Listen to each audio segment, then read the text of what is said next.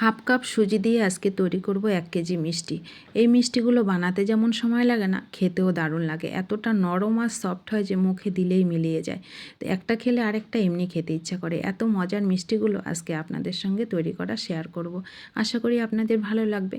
তো নমস্কার, রকমারি রান্নাঘরে সবাইকে স্বাগত। সবাই কেমন আছেন? আমরা সবাই ভালো আছি। তো তার জন্য আমি প্রথমে গ্যাসে কড়াই বসিয়ে ওর মধ্যে দিয়ে দিচ্ছি 1 চামচ ঘি।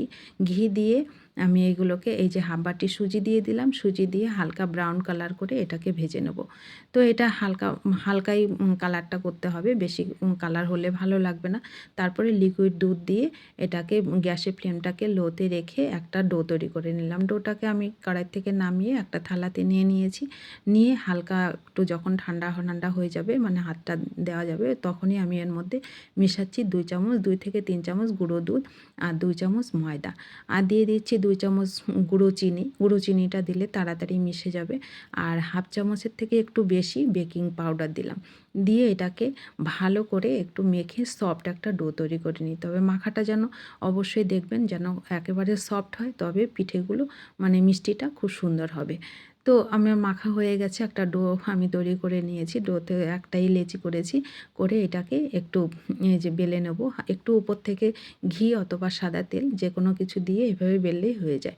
তো রুটিটা আমার তৈরি হয়ে গেল। এই যে কতটা মোটা রেখেছি আমি দেখিয়ে দিলাম। সাইড থেকে কেটে এইবার পিস পিস করে নেব। এটাকে আপনারা যে কোনো শেপে করতে পারেন, চপের আকারে হোক, যে কোনো মিষ্টির আকারে, যেভাবে হোক, যার যেটা পছন্দ সেটাই করতে পারেন। তো আমার কাটা হয়ে গেল, এগুলো আমি সুন্দর পিস পিস করে কেটে নিয়েছি। এবার একটা শিরা তৈরি করে নেব। তার জন্য গ্যাসে জল বসিয়ে দিলাম। হাফ বাটি জল দিলাম আর 1 বাটি মতো চিনি দিলাম। দিয়ে 2টো এলাচ দিলাম, গন্ধটা ভালো হবে। তো এটাকে কালার করে একটু শিরাটা তৈরি করে নিলাম। শিরাটা তৈরি করা হয়ে গেলে ওটাকে আমি ঢেকে রাখবো গরম গরম থাকার জন্য। তারপরে গ্যাসে কড়াই বসিয়ে এই যে এবার মিষ্টিগুলোকে ভেজে নেব। হালকাই কালার করেছি, আপনারা চাইলে একটু মানে বেশিও কালার করতে পারেন।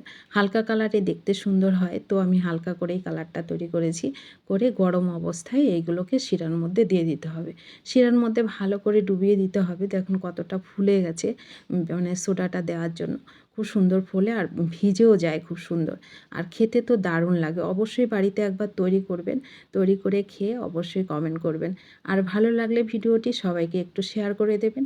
আর ফেসবুক থেকে দেখলে ফেসবুক পেজটা একটু ফলো করে দেবেন। ইউটিউব থেকে দেখলে ইউটিউব চ্যানেলটা সাবস্ক্রাইব করার অনুরোধ রইল। আর যারা সাবস্ক্রাইব করেছেন তাদেরকে অসংখ্য ধন্যবাদ। তো 1 ঘন্টা ভিজিয়ে রাখলে সুন্দর, দেখুন মিষ্টিগুলো কত সুন্দর ভিজে গেছে। এতটা নরম আর সফট হয়, খেতে দারুণ লাগে। অবশ্যই বাড়িতে তৈরি করবেন। আর ভালো লাগলে সবাইকে শেয়ার করবেন, কমেন্ট করবেন।